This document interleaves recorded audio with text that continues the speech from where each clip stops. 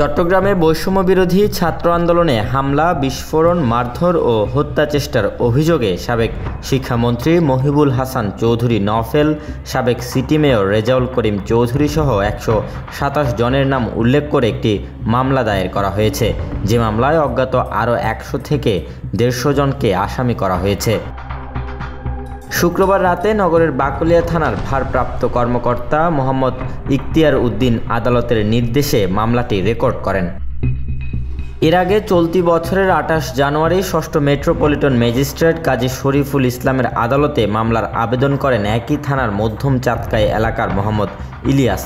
তিনি পেশায় একজন পিকআপ চালক। গত 6 ফেব্রুয়ারি শুনানি শেষে চতুর্থ মেট্রোপলিটন ম্যাজিস্ট্রেট আদালতের বিচারক মোহাম্মদ মোস্তফা সংশ্লিষ্ট থানাকে এজাহার হিসেবে মামলা গ্রহণের আদেশ দেন। Desk report, news now 24।